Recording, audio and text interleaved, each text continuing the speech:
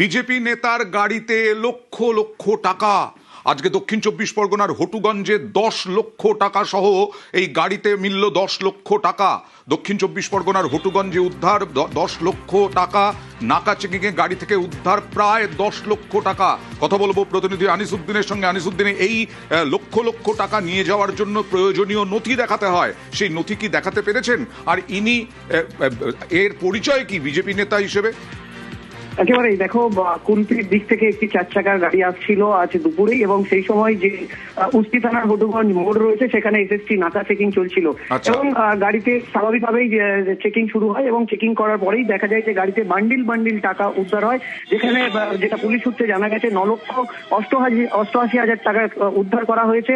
এবং এই ঘটনায় অর্থাৎ গাড়িতে ছিলেন দুজন বিজেপি নেতা, এমনটাই জানা যাচ্ছে। তারা কিন্তু মগরাহাট পশ্চিম বিধানসভার একজন কনভেনার এবং একজন ইনচার্জ রয়েছেন, তাদেরকে আটক করা হয়েছে।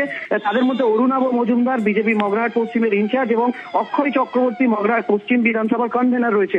এবং দুজন সহ গাড়ির চালককে পুলিশ আটক করেছে, তার কারণ তাদের কাছে যে এই টাকা উদ্ধার হয়েছে তার কোনো সঠিক তথ্য তারা প্রমাণ দিতে পারেনি, তাই যে 3 জনকে আটক করে পুলিশ জিজ্ঞাসাবাদ চালাচ্ছে। কেন তারা নিয়ে যাচ্ছিলেন এত টাকা, সেইটা কি জানিয়েছেন কিছু?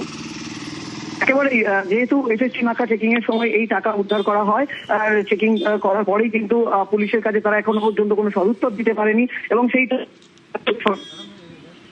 পারে সেজন্য কিন্তু পুলিশ একেবারে গাড়ি সহ 3 জনকে আটক করেছে এবং 2 বিজেপি নেতাকে জিজ্ঞাসাবাদ চালাচ্ছে তারা এই টাকা একেবারে কোথায় নিয়ে যাচ্ছিল এবং তার কারণ কি রয়েছে।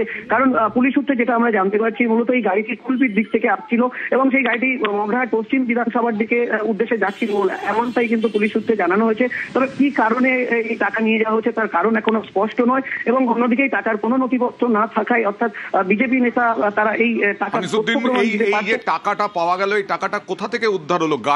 গাড়িতে কি ব্যাগের মধ্যে রাখা ছিল বা নিচে ছিল? কোথায় ছিল টাকাটা?